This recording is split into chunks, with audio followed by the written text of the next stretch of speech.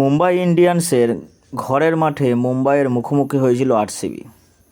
টসে জিতে মুম্বাই ইন্ডিয়ান্সের ক্যাপ্টেন প্রথমে বল করার সিদ্ধান্ত নেয়। আরসিবির ওপেনার জুটি ফিল সল্ট এবং বিরাট কোহলি দুজনেই অর্ধশত রানের গণ্ডি পার করে। ফিল সল্ট খুব সুন্দর খেলে এবং খুব উচ্চ স্ট্রাইক রেট নিয়ে অনেকটা রান করে ফেলে। সেই মারকুটে মেজাজ কালকের ম্যাচে দেখা গেল। 6-4 বন্যা দেখা দিয়েছিল ফিল সল্টের ব্যাট থেকে। শার্দুল ঠাকুরের বুদ্ধিমত্তা বোলিংয়ের দ্বারা ফিল সল্টকে ড্রেসিং রুমে ফিরে যেতে হয়। তারপর ব্যাটে নামে ক্যাপ্টেন পাতিদারও ফিল সল্টের থেকে কোনো অংশে কম ছিল না। 4 ও 6 বন্যা তার ব্যাট থেকেই ঝরতে থাকে। ঝোড়ো ইনিংস খেলতে থাকে পাতিদার। তিনিও অর্ধশত রান করেন।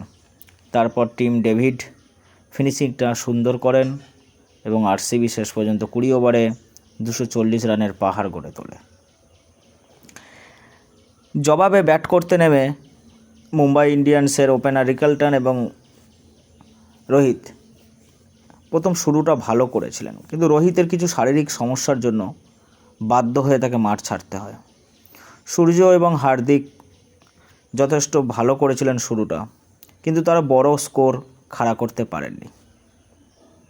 তার ফলে অত বড় রানের পাহাড় অধরাই থেকে গেল মুম্বাই ইন্ডিয়ান্সের কাছে। একমাত্র রাদারফোর্ড শেষ পর্যন্ত লড়াইটা চালিয়েছিলেন। অনবরত 6 হাঁকাতে থাকেন তিনি, কিন্তু ততক্ষণে অনেকটা দেরি হয়ে গেছে। শেষ পর্যন্ত মুম্বাইয়ের ইনিংস 222 রানে আটকে যায়। আরসিবি মুম্বাইকে তাদের ঘরের মাঠে হারিয়ে আরও 2 পয়েন্ট সংগ্রহ করে নেয়।